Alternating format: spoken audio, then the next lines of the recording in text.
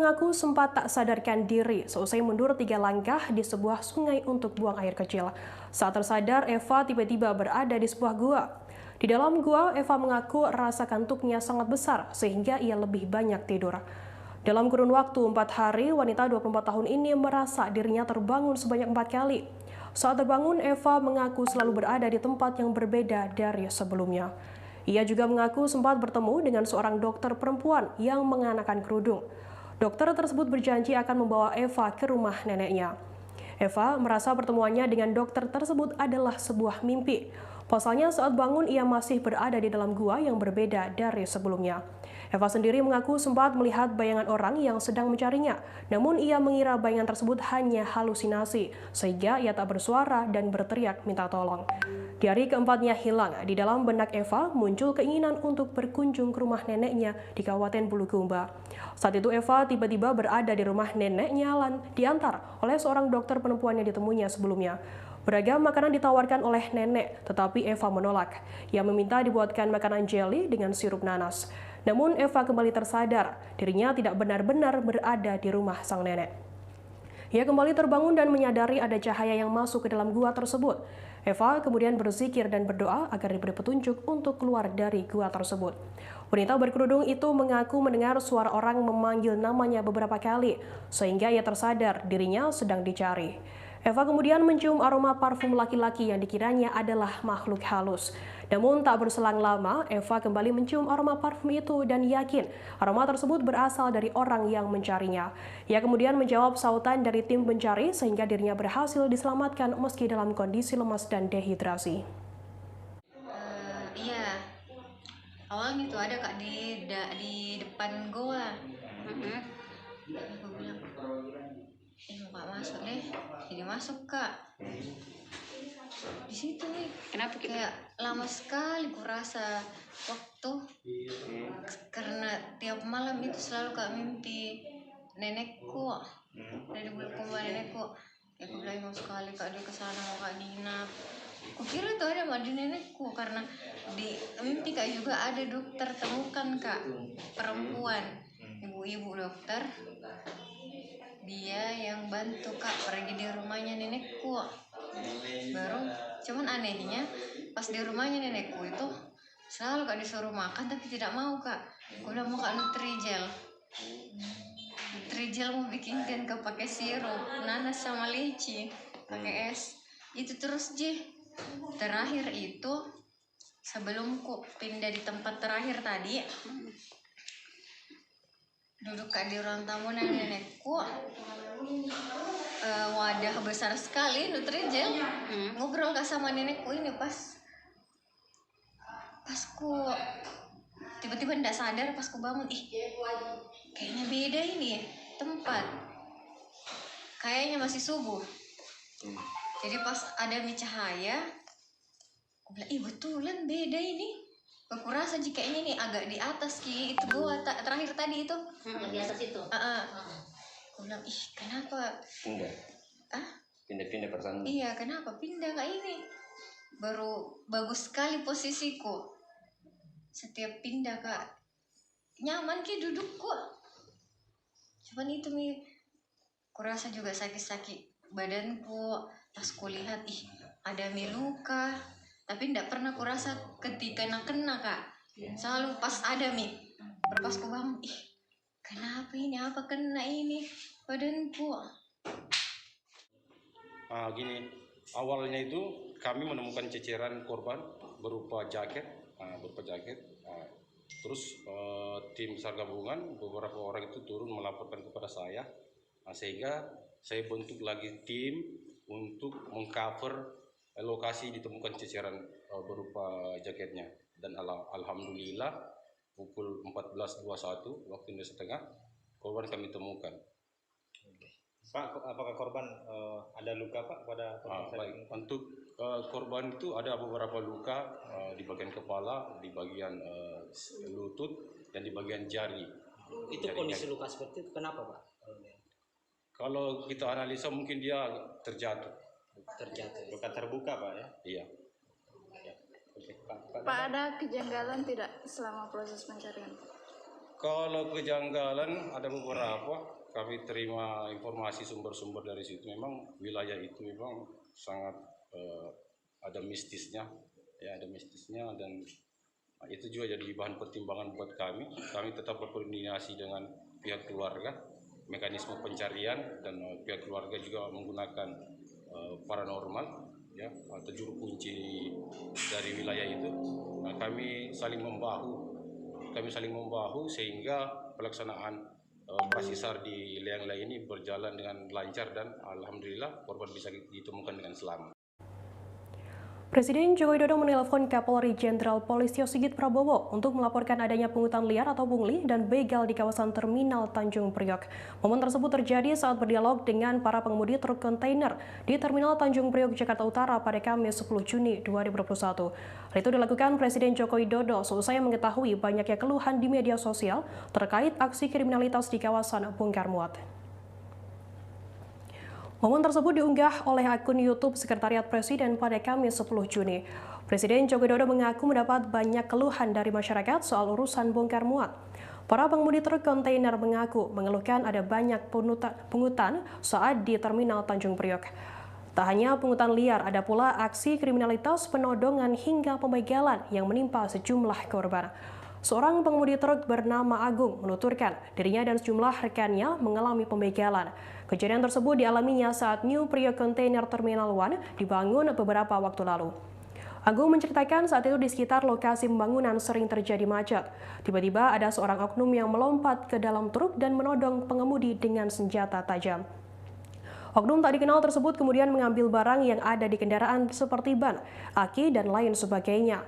Tak hanya itu, Agung juga menceritakan terkadang oknum tersebut juga mengambil ponsel, dompet, hingga uang milik pengemudi. Agung menuturkan saat kejadian sebenarnya kondisi jalan ramai karena tengah dalam kemacetan. Namun pengemudi di truk lainnya tak berani menolong karena takut menjadi korban selanjutnya.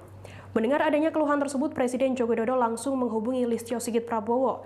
Di hadapan para pengemudi truk kontainer, Presiden Jokowi meminta Listio Sigit untuk menindak tegas bagi pelaku yang melakukan aksi kriminal di Terminal Pelabuhan Tanjung Priok.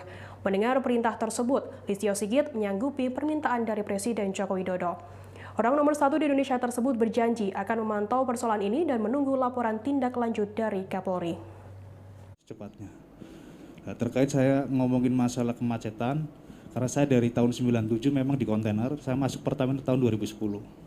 Setelah berharap masuk Pertamina itu ada kebaikan lah, ada jenjang yang lebih baik, ternyata juga sama-sama aja, di PHK juga nggak dapat pesangon.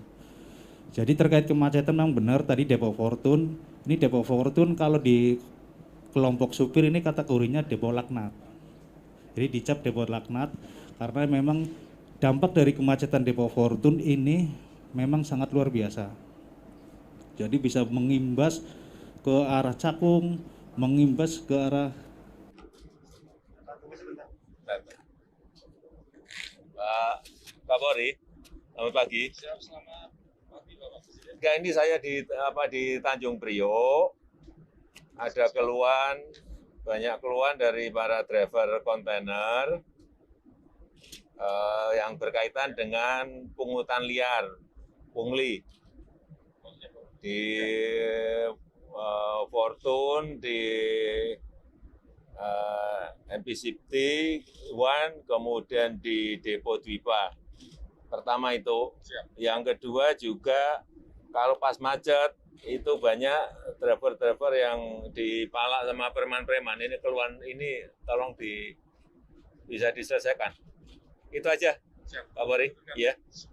Ya, terima kasih. Ya, oke. Enggak apa-apa. Ya, itu aja. Terima kasih. lanjut Pak ya. Ya, jadi dampak dari kemacetan satu tempat itu berdampak memang kemana-mana. Di Depo Fortune itu bisa berdampak ke Cakung, bisa berdampak ke Cilincing. Itu orang bongkar bisa sampai seharian baru selesai. Nah, benar dikatakan dampak dari kemacetan itu akhirnya timbulnya premanisme itu.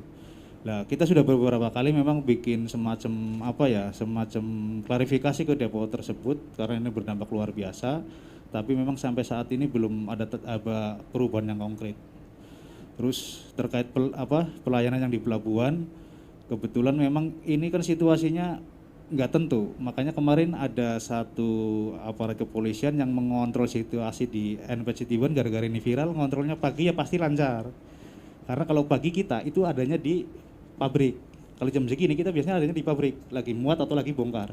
Nah, macet-macet itu biasanya mulai habis maghrib atau habis isya sampai malam. Itu biasanya. Nah, itu di hari-hari tertentu memang nggak semua hari. Biasanya malam Rebo, malam Kamis, Jumat Sabtu itulah. Nah, memang itu dampaknya bisa kemana-mana. Makanya harapan saya dan teman-teman ya terkait kemacetan yang berdampak premanisme ini bisa secepatnya dibenahin. Beralih ke Medan, Saudara. Wali Kota Medan, Bobi Nasution menanggapi soal kasus viralnya bayi berusia 22 hari yang di-COVID-kan oleh pihak Rumah Sakit Umum Daerah Dr. Pirngadi Medan, Sumatera Utara. Wali Medan mengakui saat ini pelayanan rumah sakit milik pemerintah tersebut dalam menangani bayi itu memang tidak cukup baik. Meski demikian, Bobi menampik kabar Rumah Sakit Pirngadi yang memasukkan hasil tes COVID-19 pasien. Bayi berjenis kelamin perempuan yang masih berusia 22 hari tersebut meninggal pada Kamis 10 Juni sekira pukul 8 pagi. Walkot Bobi mengungkapkan pihaknya akan menegur Direktur RSUD Pirngadi untuk memperbaiki pelayanan. Tanya pelayanan rumah sakit, seluruh tenaga kesehatan dan manajemen di RSUD Pirngadi juga harus diperbaiki agar berjalan beriringan. Dalam kesempatan tersebut, Walkot Bobi menyinggung soal infus untuk pasien bayi yang belum genap berusia 1 bulan tersebut. Bobi menuturkan selang infus tersebut tidak ada, padahal sudah dicari di seluruh rumah sakit di Medan. Sehingga tenaga kesehatan di rumah sakit tersebut menggunakan infus biasa, bukan infus khusus untuk bayi. Pemasangan infus tersebut memang membutuhkan waktu yang lama, sekira 1 jam.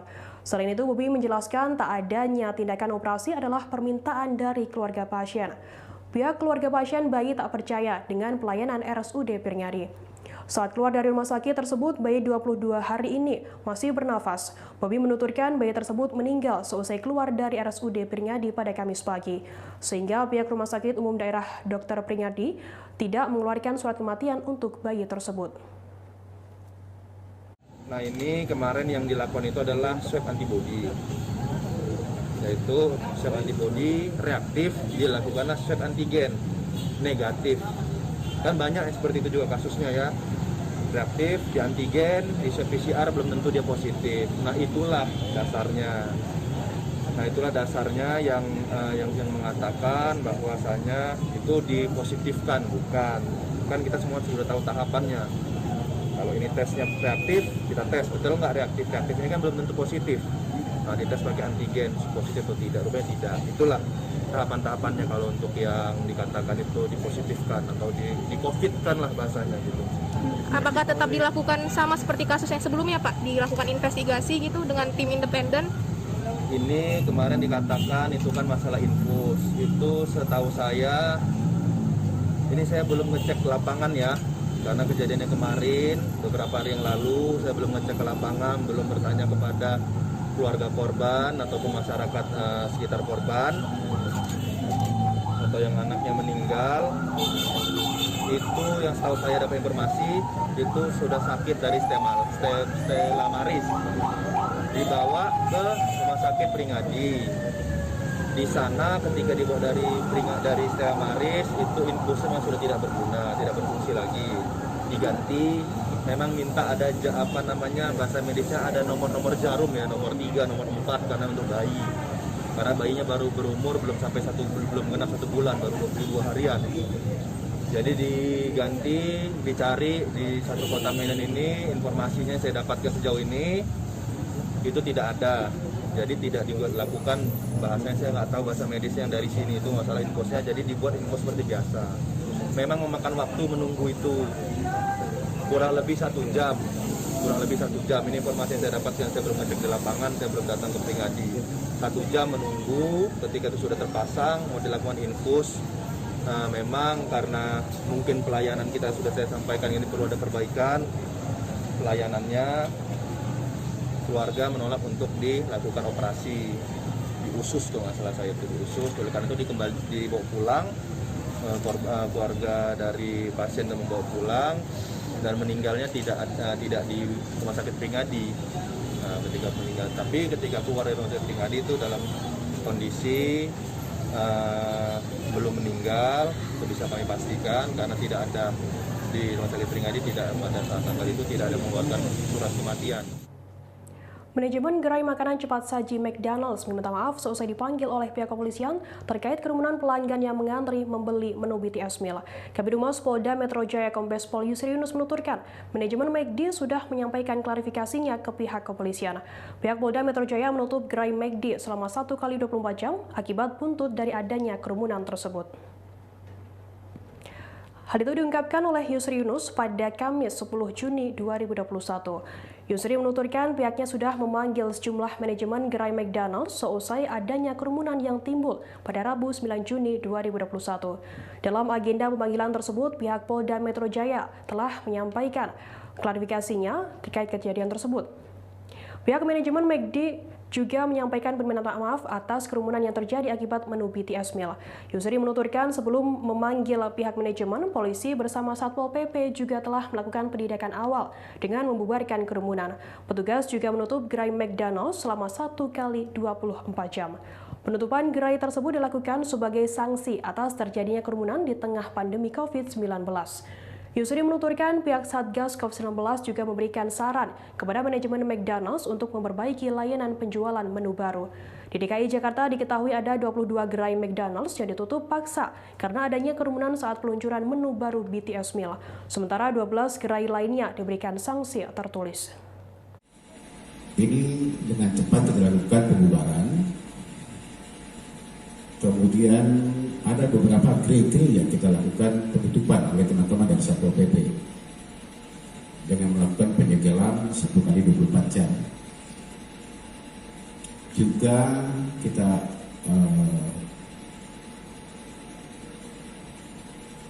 koordinasi dengan manajemennya ya untuk menutup ada beberapa tempat yang kemarin sudah dilakukan penutupan.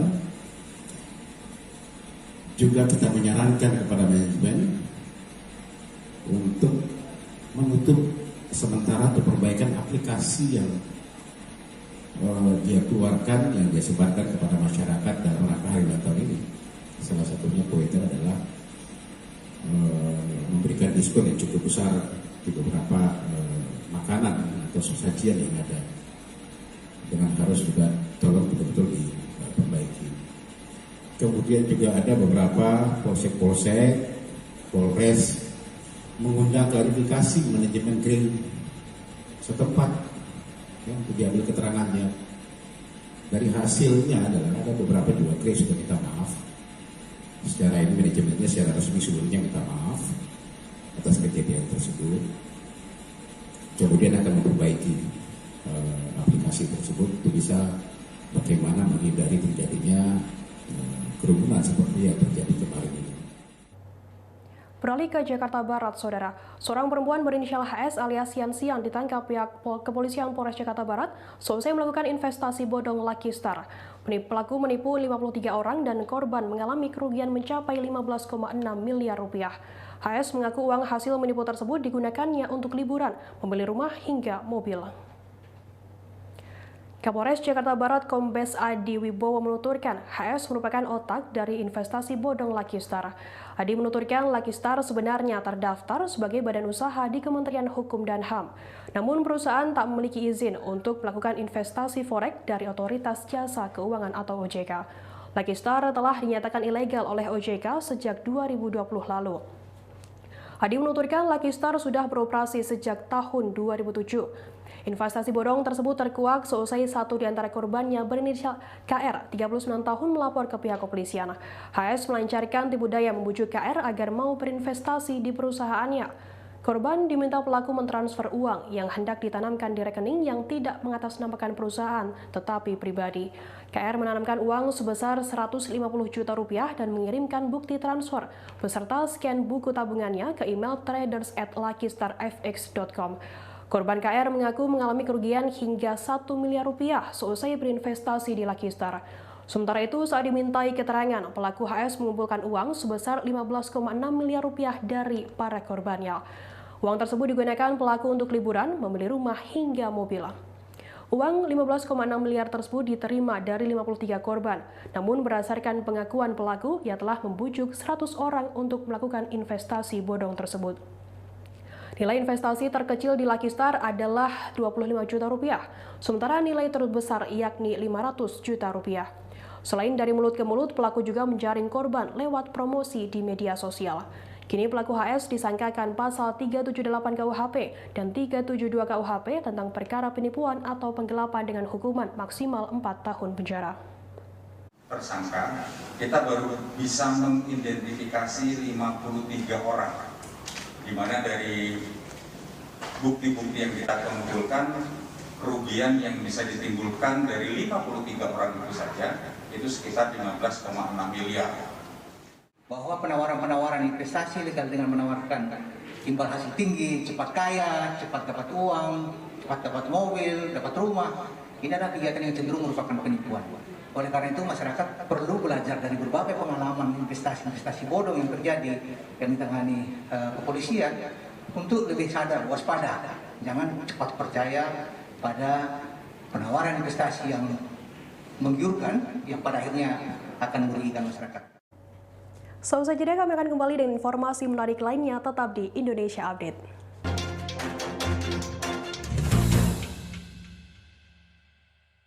Oke, apa kabar Bang Ariski di sini untuk strateginya?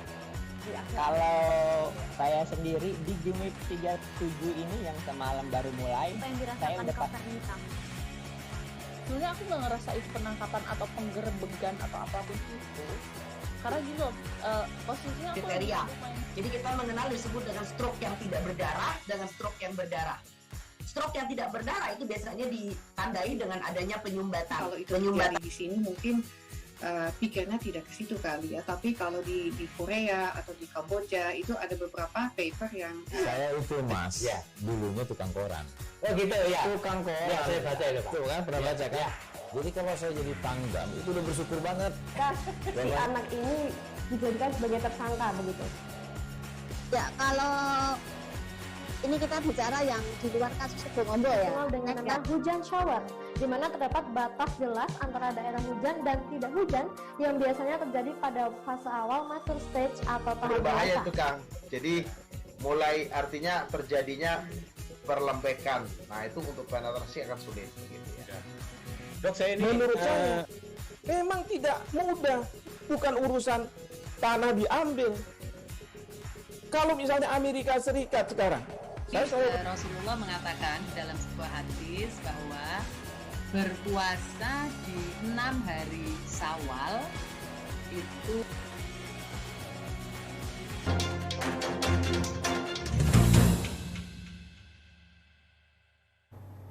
Terima kasih Anda masih bersama kami di Indonesia Update. Berita selanjutnya, Saudara, dari Sragen, Jawa Tengah. Seorang pria berinisial SP 40 tahun tega melakukan pencabulan terhadap keponakannya sendiri berinisial R 16 tahun hingga hamil. Pelaku juga melakukan pencabulan terhadap anak kandungnya sendiri berinisial I 16 tahun yang merupakan teman main R. Kapolres Sragen AKBP Yuswanto Ardi melakukan gelar perkara di Mapolres Sragen pada Kamis 10 Juni 2021. Ardi menuturkan pelaku SP akan diperiksa kejiwaannya.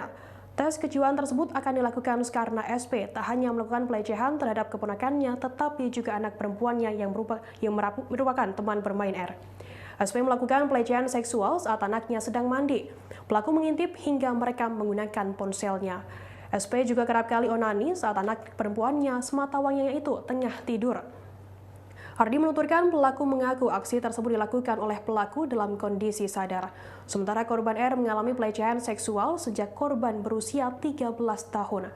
Saat itu korban R tengah duduk di kelas 6 SD. Pelaku memaksa korban untuk memenuhi nafsu bejatnya berhubungan intim. Pelaku melakukan pencabulan tersebut sebanyak 5 kali. Hingga pada Selasa 2 Mei, korban R mengalami sakit perut dan memeriksakan diri ke puskesmas. Hasilnya, R dinyatakan positif hamil. Atas perbuatannya, SP dijerat pasal 81 Undang-Undang Nomor 36 Tahun 2016 tentang Perlindungan Perempuan dan Anak dengan ancaman hukuman penjara minimal 5 tahun dan maksimal 15 tahun. Adanya dugaan tindak pidana pasal 81 Undang-Undang Perlindungan Perempuan dan Anak, yaitu Undang-Undang Nomor 35 Tahun 2016. di mana di sini disebutkan bahwa setiap orang yang melakukan kekerasan atau ancaman kekerasan, bujuk rayu, tipu muslihat, serangkaian kebohongan, ancaman kekerasan untuk melakukan persetubuhan atau pencabulan dihukum dengan pidana penjara minimal. Di sini ada minimalnya, minimal 5 tahun dan maksimal 15 tahun. Untuk tersangka SP ini usia 41, merupakan paman dari korban. Jadi persetubuhan ini telah dilakukan mulai tahun 2017, yang mana korban R merupakan seorang yatim, bapaknya sudah meninggal, kemudian ibunya sudah menikah lagi dengan seseorang dan merantau ke luar pulau, sehingga korban R ini tinggal bersama dengan neneknya. Dan saya ulangi lagi bahwa ini kemudian kita lakukan penyidikan dengan ancaman hukuman minimal 5 tahun dengan maksimal 15 tahun penjara dengan dugaan pelanggaran pasal 81 Undang-Undang Nomor 36 Tahun 2016 tentang Undang-Undang Perlindungan Perempuan dan Anak. Dari tahun 2021 sampai dengan saat ini, baru satu ini yang sudah naik proses sidik. Meskipun tidak untuk kemungkinan, tentunya juga masih ada beberapa laporan yang kita lakukan proses penyelidikan. Beralih ke Bogor, Saudara. Seorang pendaki pria bernama Yogi Sutisna, 40 tahun, ditemukan selamat seusai hilang selama 2 hari di Gunung Gelis, Bogor, Jawa Barat pada Rabu 9 Juni malam. Yogi yang merupakan warga desa Jatiroke, Kecamatan Jatinangor, Sumedang tersebut, mengaku sempat minum air kencingnya sendiri untuk bertahan hidup. Ia terpaksa melakukan hal tersebut lantaran di dalam tasnya tidak ada makanan dan air minum yang layak untuk dikonsumsi. Yogi ditemukan dalam kondisi lemas oleh tim pencari pada Rabu 9 Juni malam. Saat ditemui di rumahnya, Yogi mengaku dirinya mendaki Gunung Gelis bersama 2 temannya, yakni Arif Gresti Zailani 40 tahun dan Atem Ahmad Soleh 25 tahun untuk bersiarah. Ia dan 2 temannya melakukan pendakian pada Senin 7 Juni, sekira pukul 4 sore. Namun di tengah perjalanan, Yogi mengaku lelah dan memutuskan untuk turun gunung. Sementara 2 temannya melanjutkan perjalanan untuk bersiarah. Saat turun gunung, Yogi mengaku kelelahan dan tak bisa berjalan kaki. Ia bahkan sempat ngesot untuk perjalanan pulang. Upayanya tersebut tak berhasil hingga Yogi terjatuh di dekat tebing. Karena tak ada makanan dan minuman yang layak konsumsi, Yogi meminum air seninya sendiri untuk bertahan hidup. Ia juga sempat mendengar suara mengeram yang tak diketahui asalnya. Saat itu Yogi hanya bisa pasrah dan berharap ada petani yang menemukannya. Kedua temannya sadar Yogi hilang saat turun gunung pada Rabu 9 Juni pukul 10 pagi. Keduanya mendatangi rumah Yogi dan menanyakan soal kondisi temannya tersebut. Namun keduanya kaget lantaran Yogi belum pulang sejak Senin lalu. Kedua rekan Yogi lalu melakukan pencarian dan melaporkan ke polisi hingga akhirnya korban bisa ditemukan. Dari 98 udah mulai mendaki. Misalnya yang satu majuannya beda sedikit aja kan. Dari 98 udah mulai. Kemarin 3 tahun ke belakang 2018 saya berhenti, udah jarang lari, udah jarang fisik, jalan juga jarang. Cuma di rumah tidur, terus kembali coba naik makanya ngedrop. Jarang yang gitu. Kalau nggak ada perbekalan ya air kencing. Kang, tujuan Akang ke mendaki ke Gunung Gelis itu mau apa, Kang? Ngantar apa? Berziarah. Beralih ke Jakarta Utara, Saudara. Seorang pengemudi ojek online bernama Prima Santosa, 26 tahun, menjadi korban penipuan oleh pelanggannya di Jalan Lodan Raya, Kelurahan Ancol, Pademangan, Jakarta Utara. Korban Prima mengaku dirinya kehilangan sepeda motor dan dompet berisi uang jutaan rupiah.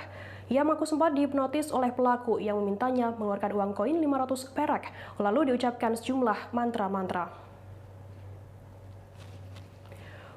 Prima menceritakan kronologi kejadian tersebut pada Rabu 9 Juni malam.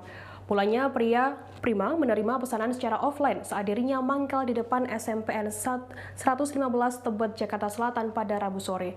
Pelaku yang mengenakan baju batik krem dan berperawakan tinggi minta diantarkan ke Ancol.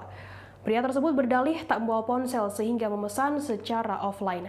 Tak ada kecurigaan saat menerima orderan tersebut, hingga di tengah perjalanan pelaku meminta Prima berhenti karena pelaku menunggu seorang temannya. Tak berselang lama, pria yang merupakan rekan pelaku mendekati Prima yang berada di depan gerbang Taman Impian Jaya Ancol. Keduanya kemudian meminta Prima mengeluarkan koin 500 perak.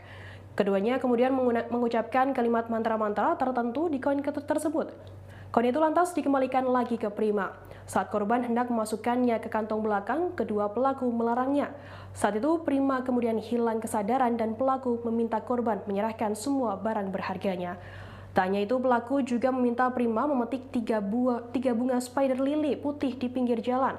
2 diantaranya diberikan kepada pelaku. Atas perintah kedua pelaku, bunga tersebut diinjak dan diminta membaca surat An-Nas sebanyak 3 kali. Saat itu, Prima tersadar barangnya raib dibawa kabur oleh pelaku. Pengemudi ojol warga Jakarta Selatan itu dalam kondisi panik akhirnya menuju ke Pospol Bintang Mas Ancol untuk melaporkan kejadian tersebut. Cewek atau cowok? Cowoknya. Perawakannya gimana, Bang? Orang pakai baju batik kayak krim-krim gitu, pakai sepatu warrior, celana apa ya tadi panjang, terus rambutnya agak-agak ya kayak saya lah kayak gitu. Terus orangnya yang satu lagi yang kalau kayak Ustadz, dia pakai baju koko kayak coklat seperti itu, sama kayak ada baju polo. Orangnya hitam yang ngatur. Penumpangnya ada 2? Iya, enggak 2, temennya datang. Oh, temennya datang. Bang, berarti dari Tebet abang nganterin titik terakhir di mana? Di Ancol, situ. Di depan Ancol? Iya, di situ disuruh ngambil bunga? Di situ sempat, Kak, suruh beliin aqua dulu. Aqua sama amplop 10 buat anak yatim. Iya. Anak yatim, ya udah saya cari sampai sana muter. Saya tunggu sini, katanya dia sempat masuk juga ke Ancol. Saya liatin kan dari belakang, oke lah. Jadi saya cari, saya kembali uangnya 42.000, dia ngasih gocap. Ya udah saya balikin 42.000. Udah sampai situ, Mas, dia balik lagi kan, tanya, Mas katanya tukang bos saya katanya Cina lagi sakit, anaknya itu disantet katanya. Bilangnya kayak gitu, terus diguna-guna katanya seperti itu ustadznya yang manggil katanya ada di situ katanya. Ketemu di depan Ancol juga sama si orang kedua. Nah ya orang kedua, makanya pas sampai situ, udahlah, diajak ke situ, dikasih koinan gopean. Pertama dia baca berdua sama dia, katanya suruh ngambil putih bunga, ini nanti mas punya duit nggak koinan, ya udah dibaca sama dia, taruh di dompet, saya taruh di dompet, biasanya saya taruh di sini kan, taruh jok. Udah setelah taruh di situ, Mas jangan didudukin famali ya, kata dia gitu kan. Emang orang tua saya juga orang ini kan, orang bisa juga, tapi pas sudah sampai situ, udahlah, saya suruh taruh jok. Saya nggak di situ kok ditaruh jok gitu, barang saya juga sudah. Untungnya handphone tidak saya nggak dikasih, saya pegang, ini handphonenya. Beralih ke Lubuk Linggau, Saudara. Seorang pria bernama Rizky Apriansyah, 20 tahun, warga Jalan Garuda, Kelurahan Watas, Lubuk Durian, Lubuk Linggau Barat 1, mengalami penipuan bermodus COD motor. Korban kehilangan motor Yamaha Fiction miliknya saat ia mempersilahkan calon pembelinya untuk test drive. Aksi penipuan tersebut bermula saat transaksi antara korban dan pelaku lewat akun Facebook. Rizky menuturkan mulanya ia bertransaksi lewat Facebook Messenger dengan akun Facebook bernama Ruby. Pelaku menanyakan motor Yamaha Fiction yang diunggahnya di sebuah akun jual beli sepekan lalu. Korban dan pelaku melantas sepakat bertemu untuk melakukan cash on delivery atau COD pada siang hari. Kemudian pelaku Ruby bersama Rizky sepakat melakukan COD berjanjian untuk bertemu di Masjid Agung As-Salam, Kota Lubuk Linggau. Sesampainya di lokasi yang sudah ditentukan, pelaku ingin mencoba motor milik korban.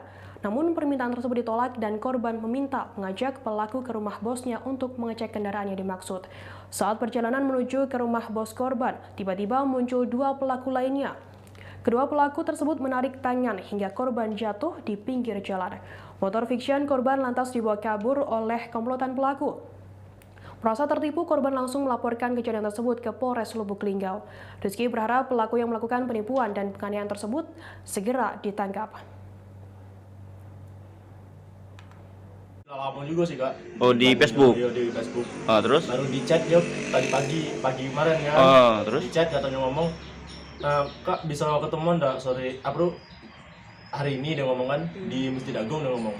Oh ya sudah bisa ngomong kan. Tapi agak siangan ngomong kan. Sudah kan, udah siang. Kesana kan ke lapangan. Sampai di lapangan ngechat dia. Aku lagi di lapangan, Bos, aku ngomong kan. Nah langsung dia ke rumah, dia ngomong kan, rumah aku di dekat Kejaksaan, dia ngomong kan. Aku tunggu di jalan. oh ya sudah tunggu sana ngomong kan. Sampai di sana dia deweannya pertama kan. Jadi ngecek lah dan kan di depan rumah Uwong ngecek lah. Dan sudah dia ngecek dan ngetes kan.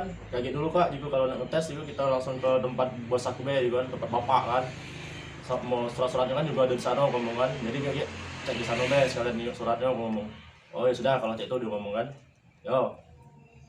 Berangkatlah kami ini ke pinggir jalan kan. Dia ngomong, "Ya lu tunggu dulu, kita tunggu bapak aku dulu, bapak aku sini," dia ngomong kan. Oh ya sudah tunggu di pinggir jalan. Kalau berapa menit tiba-tiba dari belakang ini datang duo nyergap langsung nyergap, dipegangi kan. Nah, uang yang pertama sekali ketemu tadi langsung bawain motor, naik pojok motor Pixen aku tuh berangkat, langsung pergi berangkat. Terus aku didorongi kan ada jalan setapak nebing cek ini kan, didorongi ke bawah. Jadi yo daripada jatuh mending nyimbangi badan kan. Pas sudah nyimbangi badan langsung lari ke pojok lagi. Mereka dan pergi bawa motor MX warna hitam.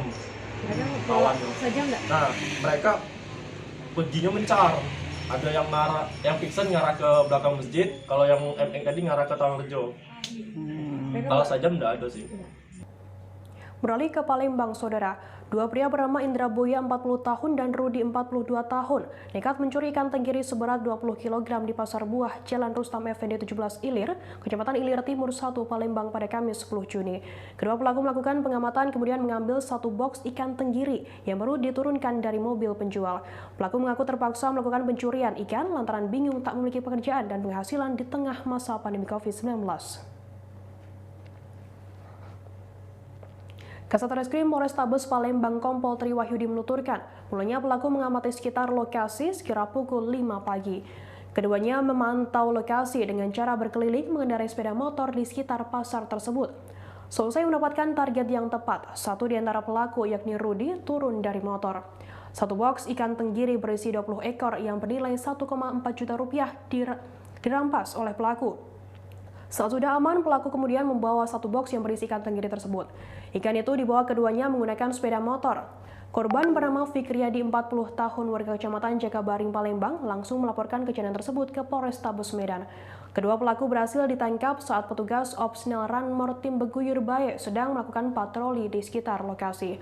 Kompol Tri menuturkan pelaku mengaku aksi pencurian ikan tenggiri ini bukan kali pertama dilakukan oleh mereka. Pelaku Rudi mengaku terpaksa melakukan pencurian lantaran tak memiliki pekerjaan. Terlebih di masa pandemi COVID-19 ini, Rudi mengalami kesulitan untuk mencari pekerjaan. Sementara itu, pelaku Indra mengaku menggunakan uang hasil curian tersebut untuk kebutuhan sehari-hari. Pihak kepolisian mengamankan barang bukti berupa 20 kg ikan tenggiri dan 1 unit sepeda motor yang digunakan kedua pelaku saat beraksi. Atas perbuatannya, pelaku dijerat pasal 363 KUHP dengan ancaman kurungan penjara di atas 5 tahun. Korban itu membeli dulu ikan di pasar induk, ditaruh dulu di pinggir jalan di TKP buat dia jualan. Dia mau ngambil lagi stok ikan. Nah, pada saat itu teman-temannya sudah lihat juga kok orang ini stok ini, langsung main ambil aja si tersangka ini 2 orang. Langsung kita amankan, kebetulan anggota memang sedang patroli hunting ke sana, kita amankan dan sempat juga dengan masyarakat dibantu. Bang, sempat terjadi kejar-kejaran berarti Bang dengan anggotanya? Sempat terjadi kejar-kejaran, tapi alhamdulillah kita sudah berhasil mengamankan dan dia kita bawa ke sini dalam keadaan sehat. Bang, pasal yang dikenakan mungkin Bang? Untuk pasal kita kenakan 363 ya, 363. Tangkap di mana? Iya. Ngomong Ngomong. Hah? Pasar mana? Pasar mana? Serbuah. Kenapa ya kau pacak tertangkap nih? Gara-gara apa? Ya. Berapa kali kan ambil ikan? 2 kali. 2 kali. Yang pertama berhasil ya? 25 mana? 19. Berapa kamu jual kak? 35 sekilo. Berapa kilo yang pertama kali ribet? 7 kilo. Duitnya untuk apa kak? Makan sehari-hari. Bagi 2 ya? Berhasil pertama dengan dia nih lah? Mana modusnya kak? Bagiannya cak mana bagian? Iya. Kamu bagi apa kamu? Tidak modusnya cak mana kamu? Modusnya mana? Siapa yang ngawas, siapa yang ndek? Aku yang motor. Kawan itu yang ndek kawan. Kak, itu kan berat masuk aki waktu mana kamu? Kamu angkat berdua apa dewean ngangkatnya? Dewean, ada es batunya masih kan? Siko. Nah, korban dewek di mana pada saat itu? Apa sedang ngangkutnya? Memang uang sedang ngangkut ke mobil. Kamu, hah? Yang jagonya. Berarti korban itu lagi ngembek ikan yang lain ya? Iya. Iwak baru datang ya? Kak, terkait TKP pertama, penjago itu disiram Sukopara. Siapa yang ngelakukannya? Rombongan kamu apa bukan? Hah? Tidak tahu. Kamu dengar tidak ada penjago di situ disiram Sukopara oleh? Tidak tahu. Baru tadi itulah ya. Pak, kamu pernah terbuang apa tidak, Kak? Belum. Nyesel lah gitu. Informasi tadi sekaligus menutup perjumpaan kita dalam Indonesia Update hari ini. Terus saksikan Indonesia Update setiap hari pukul 12:30 waktu Indonesia Barat. Saya Firananda beserta kru yang bertugas pamit undur diri. Terima kasih dan sampai jumpa.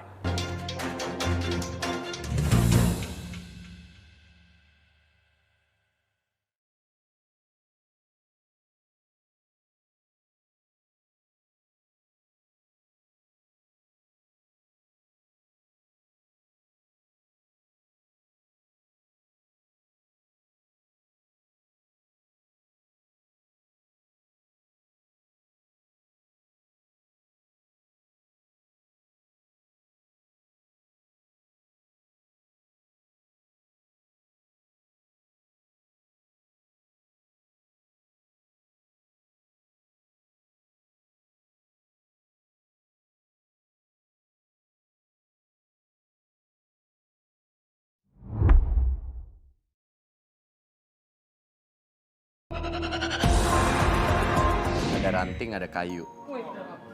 I'm nothing without you.